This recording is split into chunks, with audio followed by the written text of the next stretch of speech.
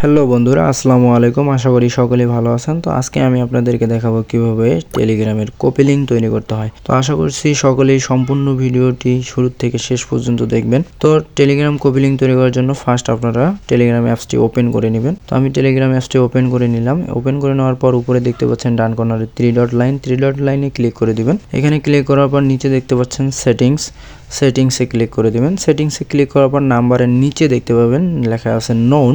তো নোনে ক্লিক করে দেবেন। নোনে ক্লিক করলে দেখতে পাচ্ছেন এখানে লেখা আছে t.me সাইলেন্ট। এরপর আপনার ইউজার নেম একটি চাচ্ছে। তো এখানে একটি আপনাদের পছন্দ মতো ইউজার নেম দিয়ে দিবেন। তো ইউজার নেম দেওয়ার পরে ডান কর্নারে উপরে দেখতে পাচ্ছেন একটি টিক মার্ক আছে, এখানে টিক মার্ক দিয়ে দিবেন। তো এখানে টিক মার্ক দিলেই দেখতে পাচ্ছেন যে আমার ইউজার নেমটি তৈরি হয়েছে, আপনাদেরও ইউজার নেমটি তৈরি হয়ে যাবে।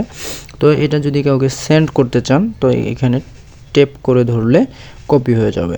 তো এটা কপি করে নিয়ে আমি একজনকে পাঠিয়ে দিয়ে আপনাদেরকে দেখাচ্ছি যে কিভাবে টেলিগ্রামের লিঙ্ক শেয়ার করতে হয়।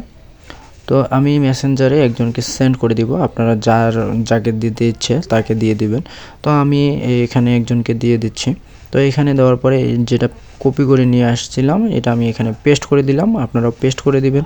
পেস্ট করার পর এখানে লিখবেন t.me, তারপরে দিয়ে দিবেন সাইলেন্ট। দেওয়ার পরে এটা সেন্ড করে দিবেন এনাকে, যাকে দিবেন তাকে সেন্ড করবেন। এখানে সেন্ড করলে দেখতে পাবেন যে আপনার টেলিগ্রামের লোগো সহ এখানে চলে আসছে।